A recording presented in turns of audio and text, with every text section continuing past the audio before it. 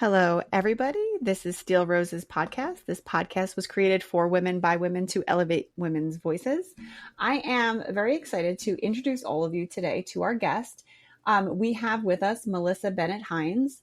Now, Melissa was originally trained as a classical oboist at the Manhattan School of Music. Her path shifted after a series of profound personal losses. She discovered traditional therapy, but she was beginning to feel stuck over time, and which led her to discover Gestalt psychotherapy, which is a transformative approach that helped her reconnect with herself and others. She actually later earned her MSW from Columbia University and completed clinical training at Gestalt Associates for Psychotherapy. Today, she helps clients heal through a present-centered, relational, and experiential approach that fosters deep self-awareness and connection. Melissa, welcome to the show. Good to be here. So glad to be finally able to sit down with you. I know. My poor schedule. I feel so bad. And honestly, I actually have to give a big shout out to like all of the guests, including yourself, because everyone has been very gracious with me having to shift things about. Mm-hmm. So I'm very grateful that you were able to record with me today. Mm-hmm. And I really loved that you asked for what you needed, and you allowed yourself to take up space and say, you know what, this doesn't work for me now, and I want to reschedule. Like, I think that takes a lot of courage to be able to do that for many people, but for women, to say, hey, this thing came up. You know what? Let me elaborate on that for the audience. So what ended up happening was Melissa and I were scheduled, and I actually had a few meetings scheduled for the podcast that all were on Mother's Day. And, at the time of everything being scheduled, I didn't really think of it. I didn't think of it the holiday. And so what I had to do is I had to message everybody. And Melissa, I actually do want to share with you, it was a struggle for me to do that. It was very hard for me to say, I actually can't meet on Mother's Day. It was, and you think like, no, like Jen, like that's your day. You want to be with your family. Like they're obviously doing something for you. It was hard to raise my hand and say, I need to give myself some grace here. I need space because I want to be able to celebrate with my family. And this is something that I would have never done a couple years ago. I would have told my family, I have to do these recordings and, we'll just deal with it. And I would have never made space. So honestly, I didn't even think of it until you said, oh, good for you for doing that. So it's taken me some time to be able to do that. Yeah, look how you have expanded in the world. Yeah. So Melissa, what Jenny isn't though telling everybody, I'm going to interrupt you for a minute. Yeah, go. In this organic conversation we're going to have, I'm going to interrupt you, right? Because you already let me know that I'm going to need to do that on your podcast. Yeah. That's true. But what is also very entertaining to share about this story is we have had to reschedule 3 times, and it's not just Jenny's schedule. It was Melissa forgot, literally just blocked it out of my mind that we had an appointment, and I just did a flat no-show. Mm-hmm. And that brings up shame and embarrassment and fear, oh my gosh. But here we are, like, which is actually a little bit funny because I forgot about that. Did you? Isn't that, see, look at that. Like it really, of course, stands out to me because I'm the one who made that error, but you completely forgot. Yeah. That makes me think of like, I wonder how much other stuff we don't remember about other people, but we think that what we do might have a tremendous impact on somebody when, oh, you didn't even remember it. Great. That's a really good point. That's an excellent point. How many things do we beat ourselves up about as women when like the other person, it's like, it doesn't even, it's fine. It's okay. Not that it doesn't matter, but it's like, it's okay. I'm okay with this. Like, it's not a big deal. Mm-hmm. It's a little crazy. Yeah. And even like better is the Mother's Day reschedule. It worked perfectly because I needed some time off. Like I got an injury when I was working out and I wasn't feeling good. And I got another injury on the property working outside. And I was like, kind of like a 2 week stretch of like a lot of working, doing more during this 2 week stretch, working weekends. I went to a workshop and it was just like, oh, I need to take a break. I needed a couple days just to lay low and recharge and not move too much and try to like heal my injuries. And it was perfect timing. So what you don't know is like that it actually helped me. Not only was it no big deal, but it actually was something I needed and you didn't even know at the time. You know, I've had other experiences like that with this podcast where guests have, like, on my side, I'm like, oh, and I'm looking at my phone and I'm like, oh no, there's a recording tonight, and oh, but the kids are acting up, and things are like snowballing, and then I'll get a little ping that's like, oh, the recording was canceled, and I'm always like, like relief.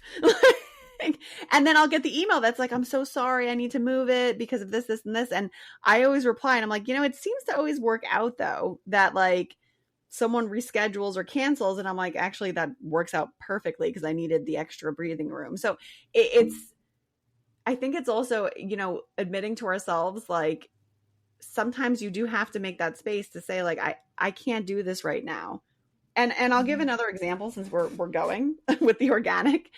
I had to, I mentioned it briefly when we were in our little pre-recording. I had the foresight back in March that I was like, I'm going to be really busy in April with my daytime job. So I knew, I was like, you know what, I'm going to have to block April. Like, I already know I'm not going to be able to do this. What I didn't anticipate also, though, was once the project was done, and it was great success, I'm really proud of it. But once the project was done, I was severely burnt out because I had gone through this very crazy, and anybody who works corporate knows, like when you have one of these projects on your plate, you're giving it your all. So I was, doing 5 a.m. to 11 p.m., like really just throwing everything I had at it. And so at the end of it, I was shot. Like I couldn't even really think things through clearly. And it was making me like kind of depressed. And granted, like my cycle came in about the same time. So like that was, a whole other like hormonal thing, but it was making me depressed because I'm like, wow, like I don't feel like podcasting. I don't feel like writing. I don't feel like doing, and it was like all this stuff that I normally love to do. All of a sudden I was like, I don't want to do any of this. I just want to lay here. Like, I just want to sleep. I just want to watch TV. Like, I don't want to even do anything. And it's taken me almost like a solid 2 weeks to shake that off and feel like I'm waking up again.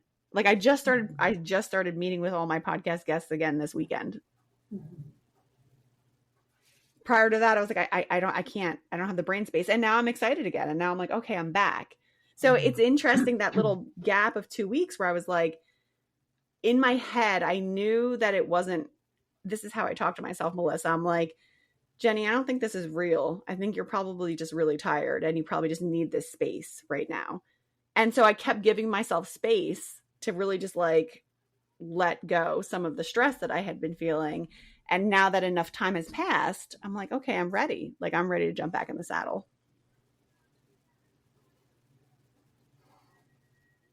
You gave yourself space in the response to noticing the lack of motivation and lack of excitement you normally would feel. And when you noticed that stuff, that's when you said, wait a minute. Okay. And you were able to say, all right, I need to do something, which was block off April. Is that right? Yeah. And you've had a couple of weeks almost where you haven't had a lot scheduled and you've had some more time to settle and maybe allow your system to reset. Yeah. After a long period of, oh my gosh, it sounds like a brutal schedule. 5 a.m. to 11 p.m. It was intense. It was intense. How many days in a row were you working like that? Or for like, what did that, this might be too tangential for the podcast right now, but I'm just curious, like, How long did that go on for? It wasn't every day, but it was at least three or four times a week. So it was nearly every day, for about 5 weeks. That sounds very rough. Yeah. Yeah. And I will say it's the nature of my profession. This happens, and yeah. I've been in my career for about 16 years or so at this point, or 18. I'm losing track a little bit. I think it might be 18. I've been in this profession for a long time, so I already knew, and I know what to expect. And the thing that I think saved me the most this time was, one, like, I already recognized, I knew it was coming. So I had already started clearing my schedule. I was like, I know this is coming and I can't do anything about that. It's my job. So how can I, and I like to refer to like the glass ball, rubber ball, like method, like this is how I approach. And I'm like, all right, well, what absolutely can I not move that I have to do? And then what can I push off to another time? And so every day was an exercise of like, what do I have to do versus like, what do I really, what should I be doing, or what do I want to do, kind of thing. And I'm very grateful for my family, because they the last week was very hard for everybody, because they had like had enough and they're like, we want mom back, like this is too much. But for the most of it, I just kept talking to them. And even my kids, I would tell them, and I would sit them down in the morning. I'm like, listen, mommy's this project, you understand. And they knew. And, my team was really gracious and great, and everybody was very supportive of each other, but it kind of had to happen. And so I would sit with my kids and tell them, like, I'm so sorry. I know mommy's really busy. And they're like, Mom, we don't like this. I'm like, I understand. This is what's happening. This is when it's going to be over. And I would show them on the calendar, like, this is the day that it's all done. And I would just explain it to them. And having that dialogue with them, I found, was very important, because I didn't want them to not understand what was going on. And then I didn't want them to get their own perception of like what was happening. Like, why is mom not available? Why is mom being like really mean today? Why is she snapping at us? Like, I'm very transparent with my family. So my husband, obviously he's an adult, he gets it. But my kids, I would sit them and talk with them and say, like, at night, I'd pull all three of them together and be like, yeah, it was a tough day for mommy. How was your day? And then we would kind of just go through it and talk. And they're fine now. And we're back to our normal schedule. And they know, I'm like, it's not my preference, but it just had to happen. And the conversation, though, and the communication was, like, I think, crucial to getting through the whole thing. For everyone. Right, you too, right? To be able to be present with them in the way you did through that, like, so with so much mindfulness, is really amazing. Like, so many layers of learning that you gave your kids in that. Like, it's so beautiful how inviting them to be relational with you, right? Like, inviting them to look and see and hear and understand and be able to plan and count. Mm-hmm. And how do we navigate through this time? Like, how do we do that as humans when it's really hard and we're managing so much in all of our lives, and you have the pressure of parenting and the pressure of your job, your pressure of the things you want to do, the things that you give you joy too, right? We're trying to cram all of this stuff in, not just work, right? Mm-hmm. But that you showed them a way to navigate that, where you don't do it by yourself. Right. You don't do it by toughing up and pretending like everything is fine and not explaining, right? And that you also, in that inviting them in, really allowed for this, like, support for you to receive too, so they can be with you in that. You don't have to do it alone. Mm-hmm. All of this work as the mother and a professional. That was actually very much part of why I presented it to them, and was like, and even before it got really crazy, I said, things are going to get a little crazy. And I just explained it to everybody. there's very much a part of me that wanted to do that, especially I know my girl, all three of my kids are picking things up from me, obviously.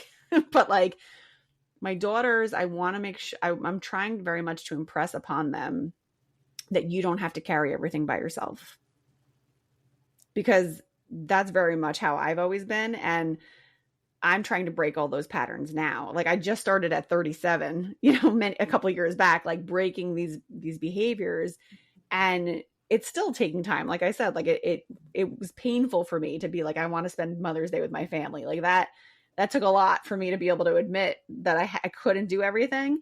And so now I'm very much thinking of like everything I do and I say, every example that I'm putting out there, they're seeing it. So it's not just about lecturing your kids, in my opinion. And it's not just about like, oh, I'm telling you what to do and do as I say, but not what I do. Like, how can I sit there and say to my kids, you don't have to do everything by yourself, or make sure you ask for help when I'm not modeling this behavior.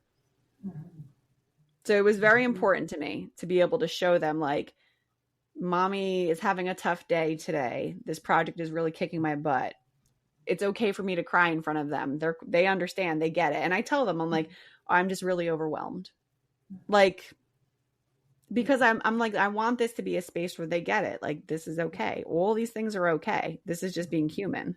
Mm-hmm. And there's so much alignment in the expression of that I hear from you in your interactions with them, and then also the internal experience you have.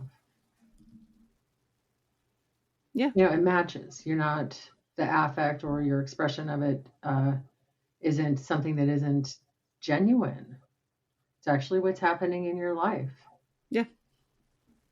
Yeah. And it's I mean, I got through it. So Melissa, mm-hmm. I want you to actually, we went for it.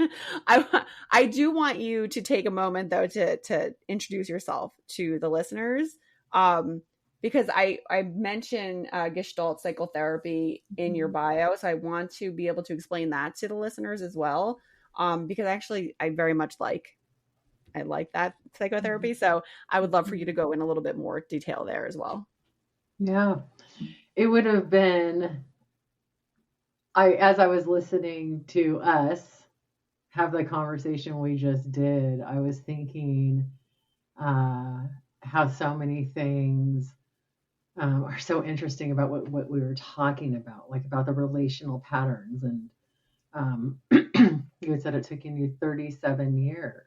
It's taken you like 37 years, right? Mm-hmm. You get to a point.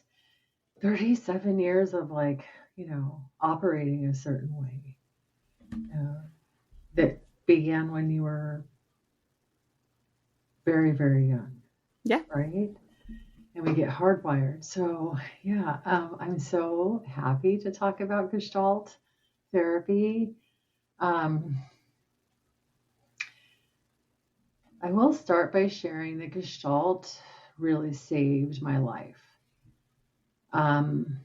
As you had already shared, by the time I found Gestalt, I had been with 2 different therapists very long term. So like close to a decade of my life, with therapists who, with their style and the modality they used, they weren't relational in nature. It was a lot of trying to figure stuff out up here. Mm-hmm. Sort of avoid, in particular, my very first therapist was like, I don't ever remember her asking me about anything happening in my body, ever. And now that's completely mind-blowing. But I was really stuck and unhappy, and a couple of things had happened in my life, losses and just stress of life. And, walking into a therapist's office for the very first time was pretty mind-boggling to me. Like, it was just a very unknown process. I didn't know what to expect. I didn't know what it was about. I was very scared of it. And the person who normalized it for me, I could hear from him. I probably couldn't hear it from many people at that point in my life, but I was able to hear from him that I needed something that I didn't have. I don't know. At the time, I didn't know what that was. I didn't understand, but, I struggled with feeling depressed and at times probably anxious, although we didn't call it anxiety like we do today.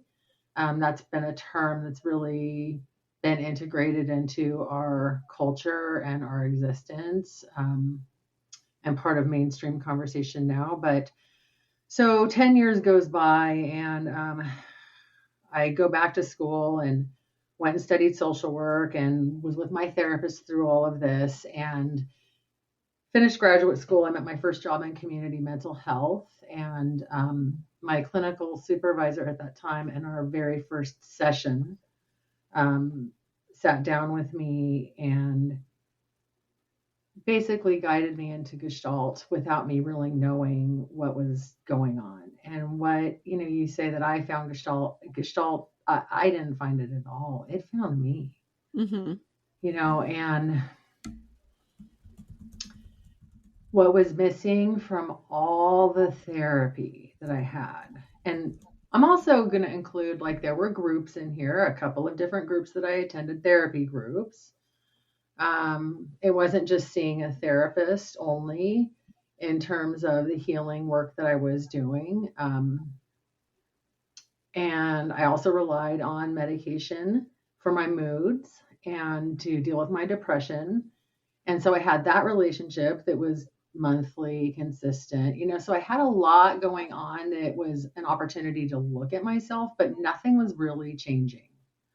Like, I was as depressed 10 years after investing in therapy, that I was when I began. And I was just so lost. And what Gestalt did was that relationship I had with that therapist. And I'll start talking about Gestalt a little bit. I'm going to jump around, and I hope I won't be too confusing. But let me go back and just do a quick history of Gestalt.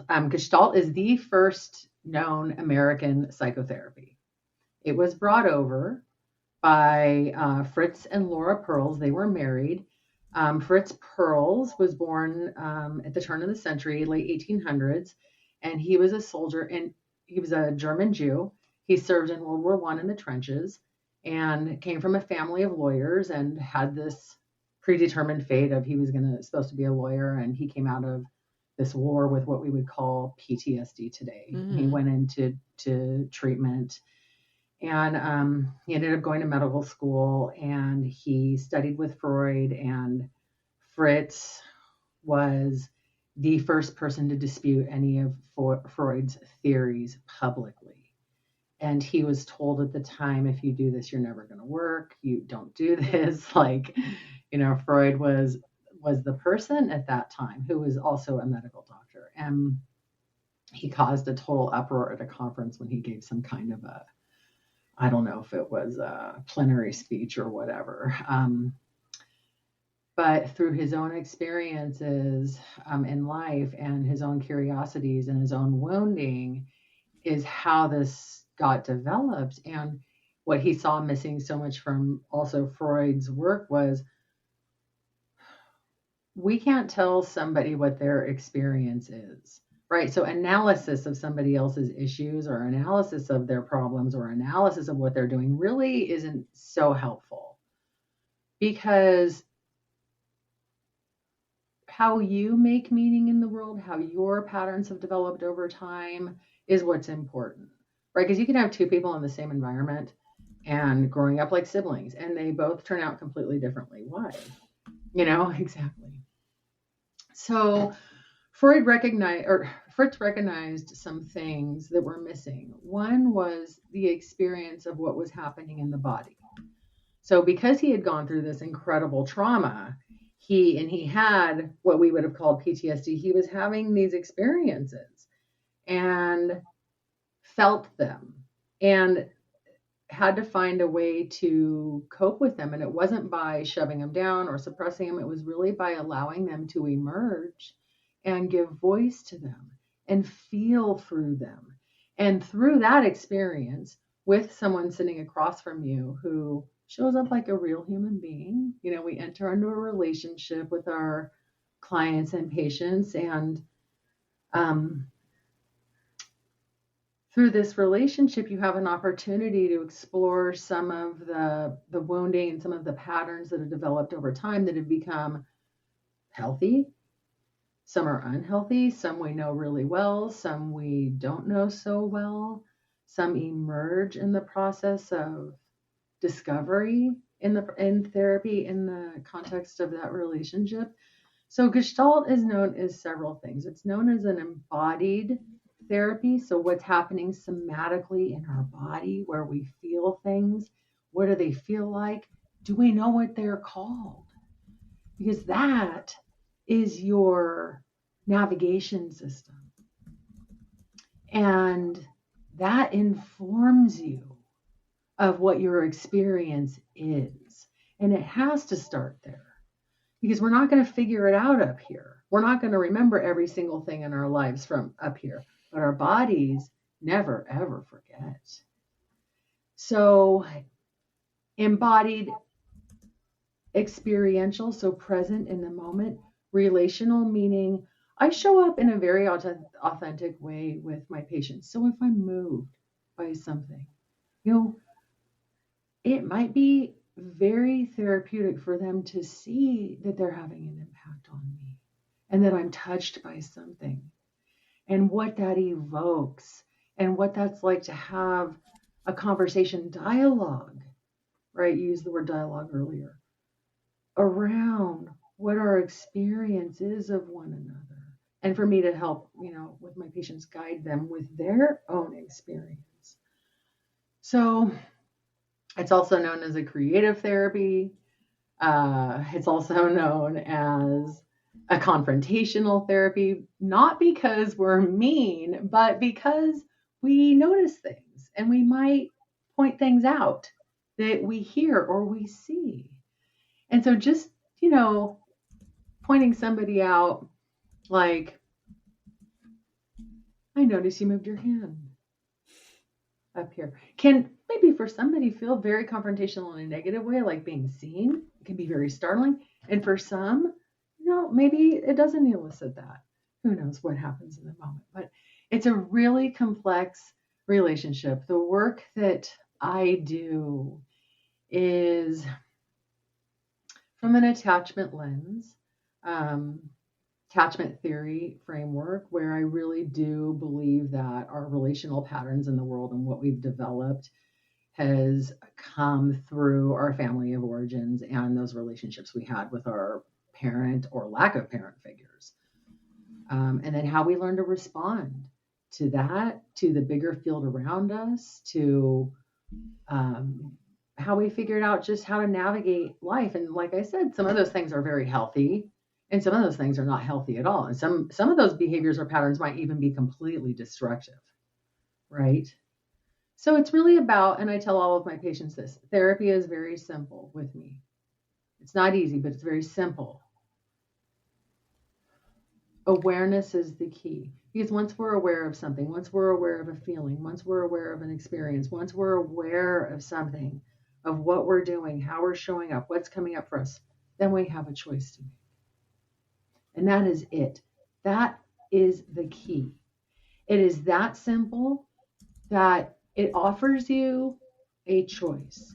And you can make the same choice over and over, or you can try to incorporate maybe something different about the choice you're making. And it might be a subtle change, right? It might be something very small that's tolerable around a behavior or around a pattern that you can incorporate, because change happens slowly over time. This is not a race. There's no destination. There's no outcome that I can tell you should ever expect from the process of at least working with me. Because what emerges in the foreground when we stay present with ourselves, when we're present in a relationship, when we connect back to what our experience is, as we do that, the foreground, what emerges or what comes forward within our awareness changes. So that feeling maybe that you have in your chest when, oh, it's so hard to cancel on Mother's Day. That feeling, Yeah. that maybe you can be with that. And in that process of being with that, what's that like? What comes up for you? What's it like to share that with me? What's it like to just sit with that in your body? What does it feel like to sit in it? And explore every single aspect that we can think of in order to have a different relationship with herself. I'm going to sneeze. Bless you. No, it's good.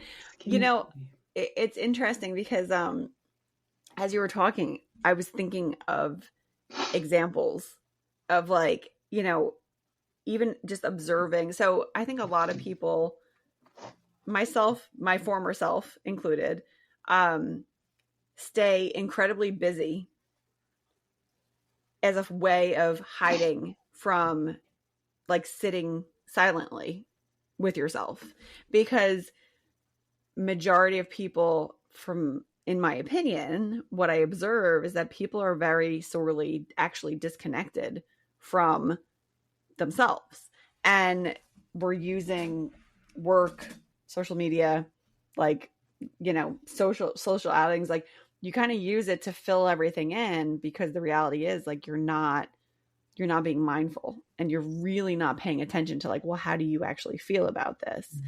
And I was telling my cousin the other day, she was very surprised to hear this, but I said to her that I actually get a very large amount of anxiety when I have to leave my area, and when I have to travel, and my work sometimes requires travel. So I have to leave, and I'm not going anyplace far. Like majority of it's, driving distance. I'm going to New York, or I went down to Virginia, just places that's right there.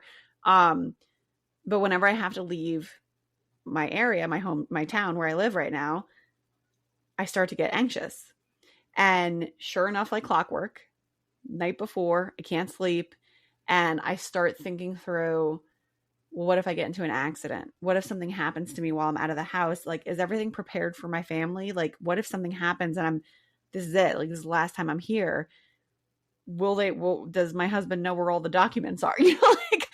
And it's crazy because you're just, it's normal. You're commuting someplace. Like, it's not a big deal.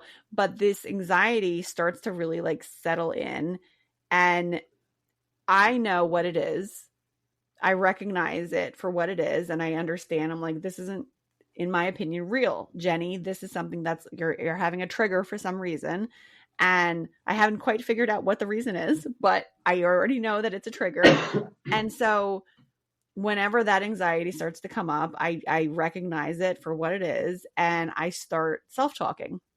And I'm like, Jenny, this isn't real. Like, everything's fine. You're going to be safe. You'll be careful while you're out there, and everyone's fine here. And I kind of just like get over that hump, because the reality of the situation is, if I lean into that anxiety, that fear of just not being in my home, controlling everything, if I lean into that, well, then what does that do? That is basically making my world that much smaller.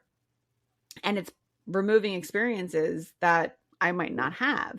So I always I just face it head on now. And that was something that I learned when I started therapy in my early 20s. And anxiety, I was letting it wash over me, and I was letting it control me, and I was allowing it to rule my whole world. And so it took, this was in my early 20s. So it took like, a solid like 18 years for me to really understand, like, this feeling that you're having isn't actually real. And it's not just applicable to, me leaving my area. There's other things that I get anxiety about, where I'm like, all right, Jenny, you recognize what this is. This trigger happened, and now this is your physical response. And I keep touching my chest, listeners, because that's where I get it. Like, I start to feel it right in my chest, and then I actually start to feel it in my throat. Like, it feels like my throat starts to close. And I just know what it is now. And having that awareness of what it is empowers me to get past it. And it empowers me to be able to say, like, I acknowledge you. I know that you exist there, anxiety, but I'm not going to lean into it. I'm just going to take a breath and I'm going to take a small step forward here. And that's helping me to get not so much over it, because it's still there, but I'm able to get around it. I'm able to get past it. I'm able to continue on with my life without it ruling me. And I'm sure there's many other listeners that are probably nodding along like, yeah, I do get anxiety here and there and this and that. And I know it's more severe for others than, it varies, but it's something that I've recognized and been able to get past, and just acknowledging it, in my opinion. And, a lot of us will start to feel anxiety. You feel at first like I don't think it's not in your head, it's in your physical body. And if you are using how you're feeling as a barometer, like Melissa already said, you can start to see like, oh, well, perhaps I don't really want to be in this situation that I'm in. Like recognizing your feelings and how your body's responding to something beyond the anxiety point is also really crucial, because it's a guidance to help you recognize, like, am I really happy with this situation or am I not happy with this situation? Because even that gets muddied. Like people don't really recognize, well, I'm doing this because I feel guilted into doing this, or I'm doing this because I feel like it's an obligation and it's not something I really want to be doing. And when you're in those kinds of scenarios, those emotions will also start to snowball, because when I used to put myself in the scenario of, I don't really want to do this, but I'm doing it because I feel like I have to, I would get really angry and I would lash out at everybody else. And the reality was I was really mad at myself for not saying no, which is why I practice now saying no. Yeah. There's your double-edged sword, like between victim and martyr right there. Your example. I don't say no, and I'm angry. You lash out at other people because you didn't say no, because, I can't say no. I can't take up space. I don't want to upset them. I don't want to, whatever the thing is, right? That you're telling yourself that is going to happen when you set limits. And right, you're such a martyr, you're so generous, you're so giving, you look at you, right? But the other side then with that anger is you turn it on yourself too. Mm-hmm. Right? There's like this victim of like, I can't say no. Yep. Look at all I have to do. I have to do all this. Look at how I show up for everybody. But you're attacking everybody and you're attacking yourself in that process. Right? And anxiety is such a painful experience to have. Like, when people say, when they use that word anxiety with me, I have no idea what that means, because it's such a variety of emotions, potential emotions and potential physical symptoms that people go through, and it looks different for every single person, and they feel it differently in their bodies. They feel it at different places. So I really appreciate hearing that awareness that you have of when your body is anxious. You have a practice of, hey, wait a minute, I'm noticing this. Mm-hmm. And you know it well now. You know it very well. I'm guessing that this part of you has been around for a very, very long time. Say that once more. I didn't catch it. I will bet that this part of you, your anxious part, has been around for a very long time. Yeah. This is old, right? So I appreciate your honing into what your body is telling you, because it's probably very uncomfortable, right? It's probably something that like we don't like. We want to run away from it because it's painful. So many things happen physiologically in our bodies when we're anxious. It is astounding. And we have so many emotions that come with anxiety. And then you also have all of the thought processes that go with it. And it is a list of, I don't even know how many things. I wonder, I should probably compile that someday. But for you to be willing to come back to that and connect to it and listen to it, first of all, good for you. It's very difficult to do because everything about that emotion or that experience tells us to leave, get the heck away, right? It's so unsafe. Yeah. But your body is signaling to you something doesn't feel okay. And so reality testing of like, wait a minute, is this really truthful fear? Or am I making this up right now? Like futuristic thinking, fear of the unknown. Oh my God, a car accident. This could happen. This could happen. What if, what if, what if, what if, what if? Well, yeah, I mean, probably many of those things are based in reality. They could happen. But it's just a way for you to stay small, right? It wants to keep you safe. It wants to keep you small. It wants to protect you, this anxiety. And reality testing. And then, you know what, maybe there is something to pay attention to, right? Maybe, wait a minute, if that's not the situation, are you really happy here? Is this a choice, whatever this is that's coming up for you, is this something do you like it? Does it feel good? Or what does it feel like? You know, and being able to let this be your guide. Your body is your guide. Your body will never lie to you. Mm-hmm. You think it is, or you think it will, or you're afraid it might, but it won't. You know, we have learned, you said this earlier, to disconnect, right? We've learned and been taught to disconnect from our very own innate knowing. Yeah. You know, our innate being with ourselves. And we have no chance of being with other people if we cannot tolerate being with ourselves.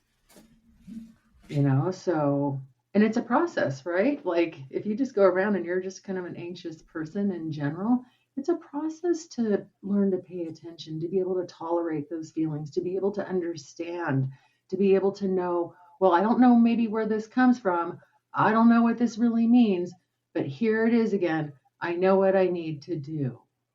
Right. And that's like, I think the gift of the awareness that comes as the result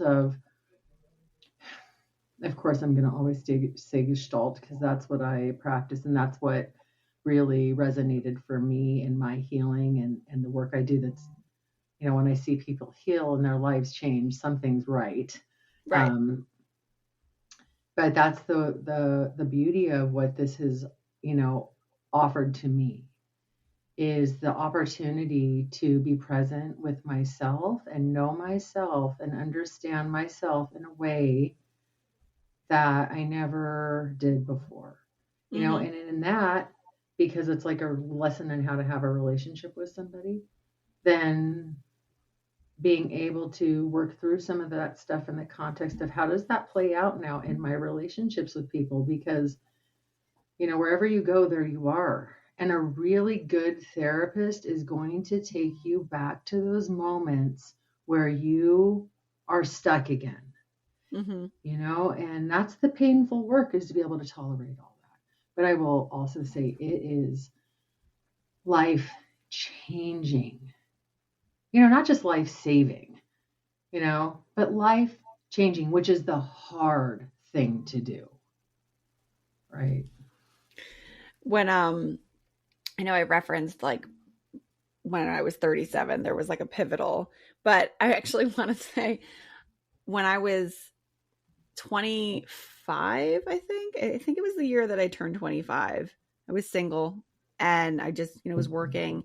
And I remember it was almost like a pivotal, like, you know, 25 is a big birthday, right? So for me, I was like, it was like one of those pivotal like moments where I could stick a pin and say, this is when I started to really think about, well, Jenny, what do you want to be doing? Or what do you like? What do you want? Because for a really long time, I was consistently like, oh, I'll be there for everybody else. Oh, I'm fine. I'm to the side. I'll, you know, my own things are not a big deal. And it was like very consistent. Like I'll use the word martyr earlier. Like I'll throw myself, you know, into the fire for somebody else. And it took a whole year of me almost rewiring my brain. And actually, that was when I had started more deeply looking into, like, you know, how are my thoughts running through my head, and how are those thoughts then changing like how I'm feeling in my body, and what kind of energy am I putting out there into the universe? Like, what am I saying that I want without really saying that I want it, and not realizing what's going on? And there was a full year of me reflecting on this because I wasn't happy. Like, I was looking at my life and being like, I really don't like how this is going. Like, I want to, you know, I would love to get married. At that point, I was like, I'd love to get married. I'd love to have a family. Like, I want to meet somebody. Like, you know, I want to start this other phase of my life, but I don't know where, I don't even know me at this point. And at that point, I was like, if I don't know me, exactly what you just said, I was like, well, then how could I even begin to think of anybody else or begin to put myself into anything else? Because up until that point, Jenny existed as a reflection of the people around her. She wasn't Jenny. She was just a reflection of everyone else and at what I thought everyone else wanted to see. And so I took this year and really reflected and really deeply reflected on, like, well, how are you feeling about this situation? And that was the first time I actually started to be like, okay, somebody asked you to do this.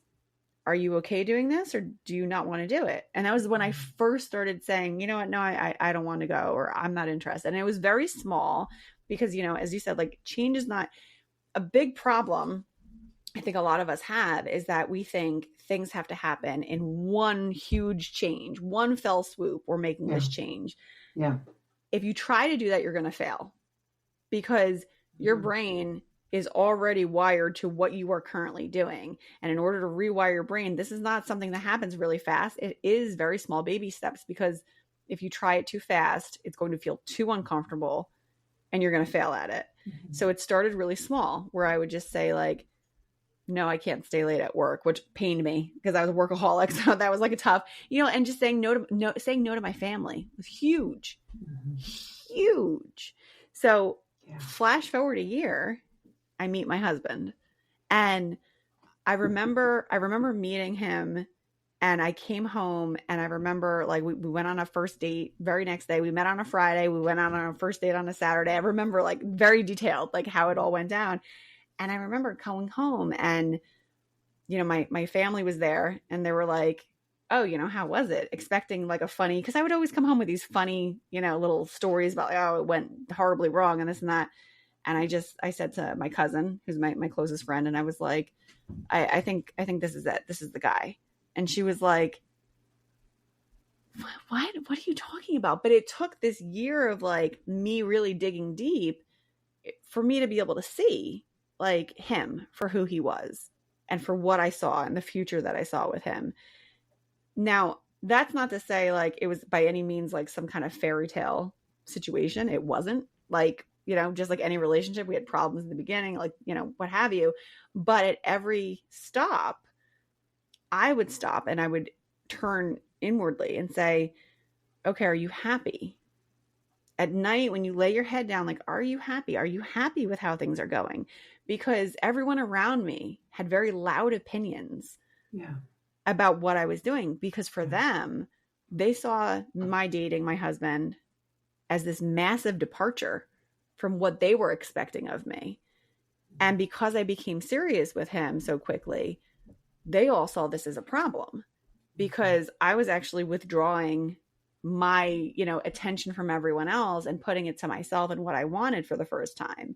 And it was a very, very hard thing to go through at the time, because, you know, you want your family to be supportive. You want, you know, your friends to be supportive. And what I started losing people in my life, because for the first time ever, I was doing something that I truly was happy with.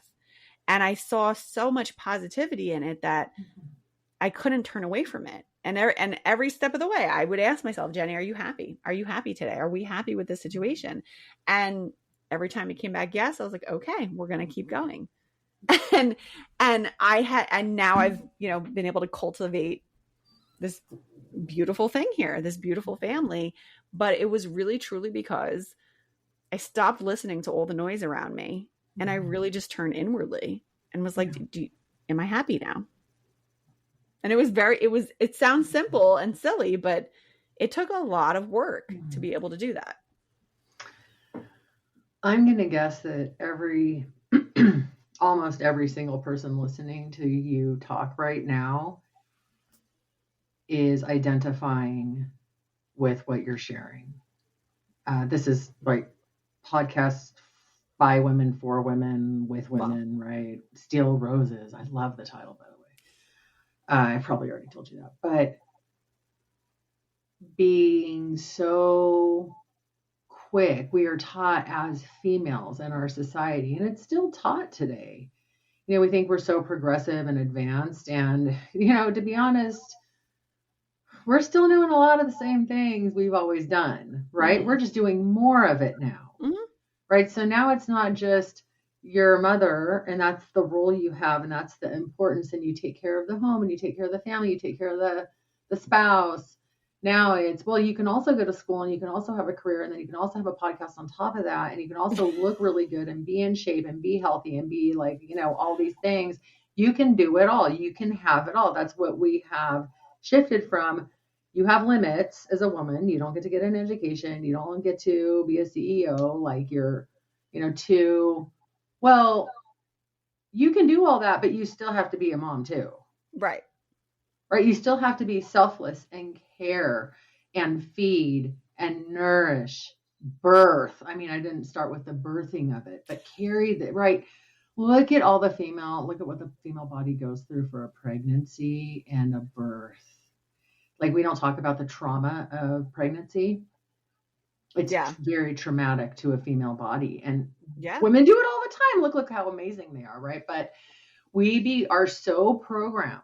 We are so programmed to defer to the other person's needs, right? Even in this role we're talking about, we have deferred now to somebody else's society's idea of how we should be living as a woman, right? So there's something wrong with you if you chose to have a career and if you chose to not have children of your own. If you chose not to have children, if you didn't have a drive or do not have a drive to be a mother and birth a child, society tells you there's something wrong with you. Mm-hmm. If you say no, if you have firm boundaries, if you really do take care of yourself and you set limits and you fire that person that isn't doing their job, they're stealing time, whatever the thing is that's going on, then you're a bitch. Oh, yeah. Are we allowed to curse on this podcast? I'm so sorry. I didn't even know. I haven't heard profanity on the episodes I've listened to, so here we go. Oh my God, Melissa Bennett-Heinz, she said the word bitch. So we're just so conditioned. We're so conditioned, and it's so easy for us to defer and sacrifice ourselves off because that's what we're taught to do. So relearning that we matter, relearning that we are somebody we need to pay attention to, and that our life matters, and the way we feel in the world and what we want matters. Mm-hmm. And there are so many interjects or shoulds or defined roles that we learned or messages we learned about how to be, how to look, how to do, how to act, that to break out of that, to make small changes when that stuff is so ingrained from so many directions in our culture, to not do that anymore is nothing short of a total act of rebellion, right? Yeah. To say, no, I can't do that on Mother's Day because you know what? I am a mom and this is important to me and my family wants to honor me. This is what I'm doing. Yeah. Right. And no, because I said I'd have the podcast and I said I could do it all. And so now I have to do it all. I have to do it all. Oh, I know. This is like a constant theme. And I will, and it's fun, interesting. I met with this season in this series that's running right now. I interviewed a woman she was there for the very first women's conference in Boston and for like the feminist movement in the very, very early days. And the opening thing she said to me on her episode, the very first thing she said was, I'm very sorry for what things have turned out to be. She's like, the intention was never for us to do everything. It was just to have the opportunity to be able to make a choice to do things. But it was never meant for us to wholly carry every single thing that we're carrying. Because she said exactly what you just said. She's like, I know you're a mother, you have a full-time job, you work the podcast. She was like, and you're probably doing a bunch of other things that are like full-time jobs. And I know every single woman I know is doing the same thing, everything basically on them. Yeah. And only recently, and I said a few times in this episode, only recently have I started to say like, oh wait, no, I'm not available. You know, that when things were the tough, that last week that my project was like really going crazy, I canceled all the kids' extracurricular activities for the week. I was like, we're not coming to anything this week. It's not going to happen. Yeah. Like, just not doing it to myself, and I have to make space for myself. Now I know that I got judged for that. Not here at home, because my husband's like, yes, choose yourself. Yeah. I know I got judged for that because I was like, they're not coming to practice, they're not going to games, it's not happening, we're not going to any of these meetings. And the look to the outside world is like, wow, how selfish is she that she chose her career over? And I'm like, it really wasn't to me, it was more of a choice of sanity. Am I going to make myself insane? And my husband will always say to me, like, they're 8, Jen. They're not professional soccer players. They can miss a couple games and it will be all good. Yeah. Something my husband has consistently said to me, and I only recently, again, put it into practice, he was like, you have to be okay because you're the ship. You're the mothership. And if the ship goes down, we are all going down. Yeah. He's like, so you have to be making sure that you are okay, that your health is okay, that your mental health is okay. Like, you have to be a priority, because if you're not a priority, you're going to fall, and then you're going to take us all down with you. And that's a big thing that I think that a lot of women, we don't see prioritizing ourselves as something that's going to benefit everybody, but we cannot fill everyone else's cups from an empty vessel. So if we're totally depleted, that's it. Yeah. And we operate from a society that's relational style. Our entire society's relational style is codependent. And I can talk about the codependency in the structure of our society and in our relationships all over the place. I could go in many different directions and give you examples of what do I mean by this. But with women, like with what you're talking about. So when I say codependency, all I am doing is describing a dynamic. I'm describing a way that people operate in a relationship. It's almost like a flavor. But it's a dynamic, it's a quality. And a person who is codependent, and I know that's like a buzzword and a big word, and I don't really think a lot of people even know what it means. But literally what it means is sacrificing our own needs for seemingly somebody else's gain or somebody else's need, or what you perceive somebody else's need to be, right? Our whole society operates this way. And we think in this, well, I won't go to the gym. I won't take that time. I'll make that dinner. I got to put the laundry away. I still have to finish writing my notes from my sessions this week.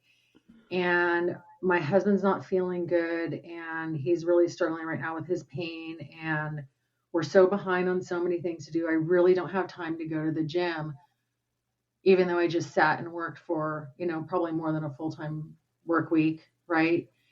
And the one thing I do for myself is I get my rear end to the gym. And if I get in that door, I am working out. And it really doesn't matter what I do, because when I show up and I start getting into it, then the momentum goes and it feels good to be there. But to create that space, to carve out that time to say, in order for me to function, in order for me to sleep well, best, in order for me to show up in my job, in my role, in order for me to be a good partner, to be a kind person in our society to be a patient friend, to be just all of that takes a lot of awareness and a lot of being willing. And if I'm tired and I'm not well cared for and my body's breaking down and I don't feel good and there's no time for me and I've done it in service of another's needs, perceived needs, then what have I really done? What have I done? Mm-hmm. Right? I've harmed me. And now by harming me, I've harmed every single person around me.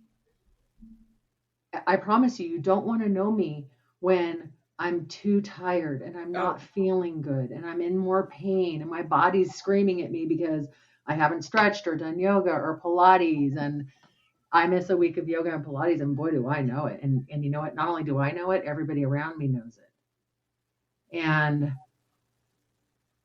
how is that giving? How is that kind? How is that caring? It's not. Yeah. It's actually mean to not take care of ourselves, because we're not martyrs, and we're also not victims. We don't have to do it all. We don't. And so being able to just recognize when we're in this relational style, because I think it goes on all over the place, when we can start stopping that pattern and just checking in with ourselves and just saying, hey, is this what I want? How do I feel about this? Is this something that aligns with my truth inside? If I really pause and check in with myself of what I need or what I want. And can you give it to yourself? Yeah. Because, in a marriage or with children or in our work, sometimes we do have to sometimes put some of our needs on pause, sure. Right? And are these really needs or are they wants? And deciphering and learning that about yourself. What makes you tick? What is it that fills your cup up? What do you need in order to function optimally for you? Yeah. And can you give it to you? Right, because that's the hard part, right? I think a lot of women might say they know what they want, but they would never take up that space. Yeah. Oh, I could never. And I want to share something though before I'm going to respond, of course, but I have to just do one more thing. I have women that I work with in all ages, but I really noticed something that has caused me to feel so much tenderness and empathy towards women is I know women who have just sacrificed their whole life. Their whole life was an act of service, literally. And they get to 50, 60, 70, 80. And I'm not kidding. I've had women who were in their 70s sitting with me who've said, I don't even know what I enjoy. I don't even really know what I want to do. I don't know what I even really like to eat. Yeah. I don't even know what to prepare if it were just for me. Yeah. And it's a mind-blowing thing for them to pause in that for a moment for the first time, but also to start being able to figure out how to navigate taking up some space in the world. And I'm so glad that you're not doing this at 80 or 70. Well, so that was a big deal too. To be perfectly honest, I felt very blessed that at 30, well, it's interesting when the thing that happened when I was 37 was also a work trigger. It was a project for work that at that time leading up into that point, I very actively would always workaholic my way through things. That was just, I just did it. And I did it when my kids were really young out of guilt because I'm I have 3 babies. I need to prove myself. It was that whole, that whole thinking. Yeah. But it stayed with me for a really long time. And at 37 was when I had that, it was like a light switch. All of a sudden I was like, I don't want to do this. I'm miserable. What am I doing? And it took time. It took a lot of this, I didn't do it alone. I tapped into, there's so many great virtual programs now that you can tap into for support. Mm-hmm. You have to be careful, obviously, make sure you get a good one. I happen to find it was because I started researching podcasting that I found this online community to become a part of, where I ended up taking courses, and it like shifted everything that I did. And I've spoken to women on the podcast that, as you said, like didn't really recognize like that they wanted to do something for themselves. They didn't even know what they wanted to do until they got much, much older. And it is because we are so conditioned to spend so much time focusing and sacrificing for others. I was taught that. My mother literally said those words to me, that, like godliness is, sacrifice for others, turn the other cheek, and it was just deeply put into my mind to do it. But then it started backfiring, and I started getting very resentful of like my kids and my husband, and I would see them enjoying themselves, and I would be like, why am I sweating in here scrubbing a toilet when I like, and everyone's outside having fun? Like, what am I doing? And it very much will snowball into something really terrible if you're not paying attention to like how you're feeling about things. And something else, and I refer to my husband a lot and things that he says, because he's to me very insightful. And we even talk about like our relationship as a couple, and paying attention to each other, because a lot of times when you have kids, you're so focused on the kids that you neglect the marriage. And he said to me in his wisdom, he said, because he has older children, he said to me, he's like, these guys are going to grow up and they're going to leave the house, and then you and I are going to be strangers? Like, we have to actually focus on our relationship too. So there's so much more to it. Even if you don't have kids too, like focus on the relationship, spend time with yourself, spend time with your partner, spend time at work, but balance everything out so that you're not over indexing in places, and there, maybe sometimes you do have to, like I just said, like I had to spend, 5 or 6 weeks of my life totally focused on my job, but now I'm pulled back and balancing things out again, it's really, there is no end goal. There is no, I'm here now and now I'm done. Like, there is no end. This is it. This life is the journey. Like, we're not like, we checked this box, now I can relax and I don't have to do anything anymore. Like, no, like this is it. We're living it. Like, we just gotta get there. Yes. It's, gosh, you say so much when you speak, but for families with children, when I think of the partnership, like the parents, they're the teachers, they're the leaders, they're the people who model, they are the guides, they are the people that these little beings, your children, are going to have their foundation for their entire life set from you. And they are going to learn every little thing, and so much more than you even imagine, right from you. Things that you hope they don't learn, they're going to learn whether you think you did it or not. And when I think of the health of a family, when I think of the health of the children, what I think idea is, you sacrifice for the kids, right? You do it for the kids. Well, that's an imbalance. Right? Because if the guides, if the pilots, if the vessels who are leading all of this and teaching are not well, if there's discord, if there's resentment, if there's lack of communication, if there's anger, whatever the things come up where they're not working as a unit and they're not loving and they're not modeling all of like how to be in a relationship with one another, then the kids are going to suffer. Right? So if you as a couple are not healthy, if you're not well, if you're not connected, if you're not working as a team to teach these young people, your kids, then they are not going to learn the most from you that's possible. And in fact, it's not just the most, it's they'll also learn some things that are going to be damaging.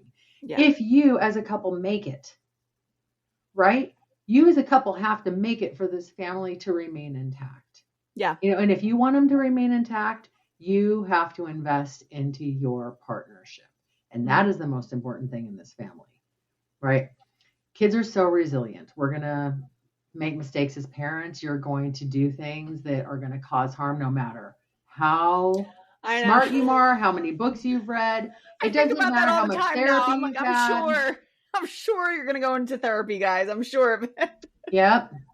And you've done a good job if your kid is willing to go to therapy, you know, like you've guided them to the right place. There's other moms that I'm friends with that we all very much are on this train of like, hey, you know what? A little extra help can't hurt, right? Like even if it's just a monthly visit, why not? We're not supposed to do it alone. No. We are not hardwired to do it alone. It was never meant like the phrase "it takes a village" is like real. Like it really it's absolutely takes a village, right? Because what if the grocery store guy decides he's not doing that anymore?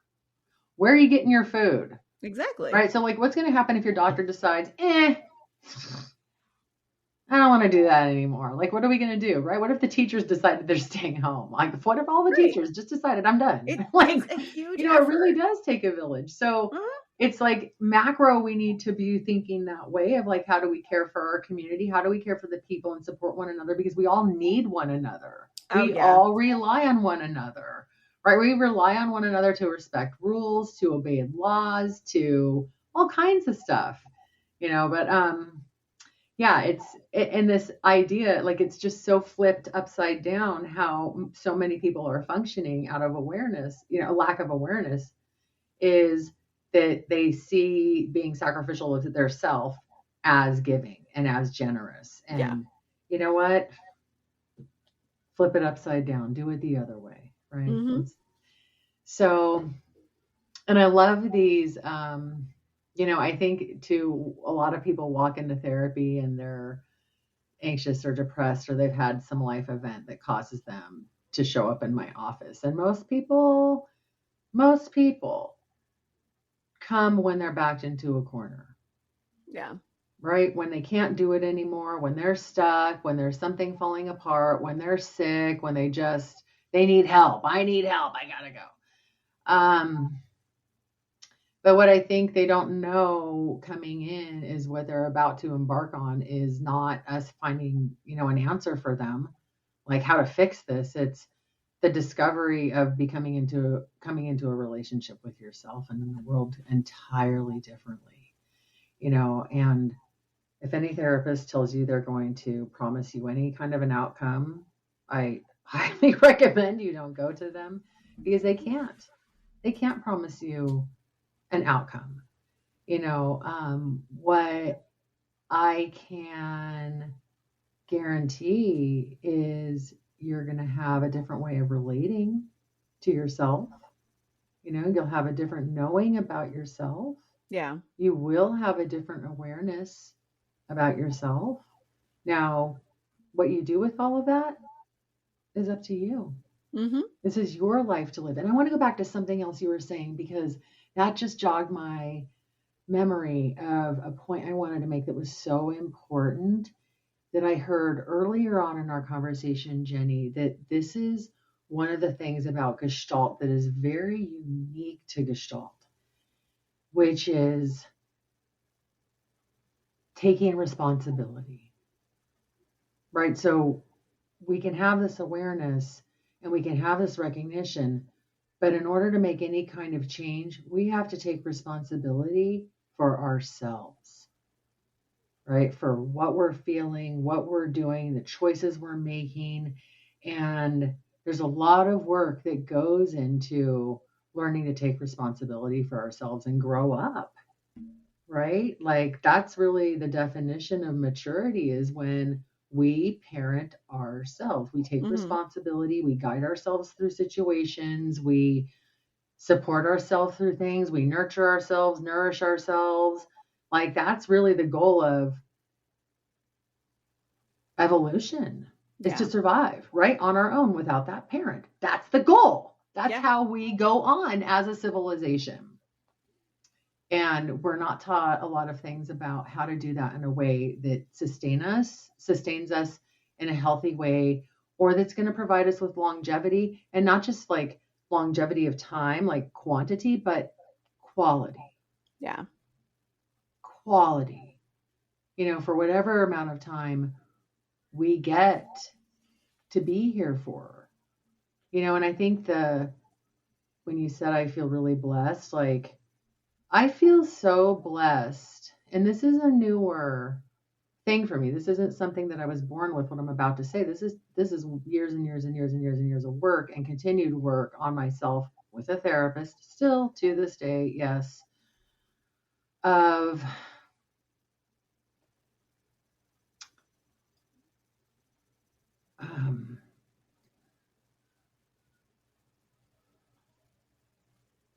I can be here with and for myself and by myself. And that is enough. That's enough. Yeah.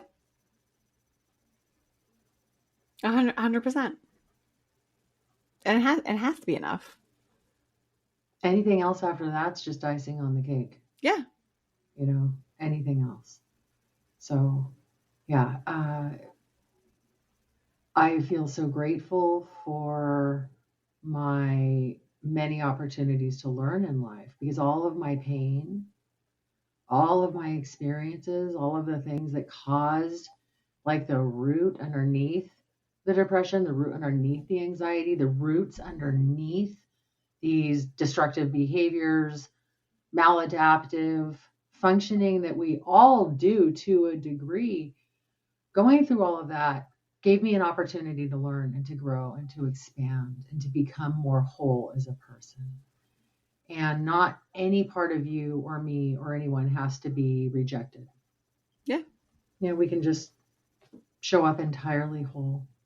In fact, Gestalt means, it's a German word, there's no English equivalent really, but it is best described as pattern or taking shape. And what we're really interested in looking at are these patterns that have developed over time. And are they good? Do we like them, or do you want to change them? And how? Right? Yeah. If it's not serving you, then what changes do you want to make? And it could be a slight change that makes so much difference. Yeah. And that's true. It doesn't have to be huge. It could be the smallest thing. And it will be the smallest thing that will and then it's going to create another small change that you're going to make. Yep, and then another small. And then it's going to snowball. Yeah.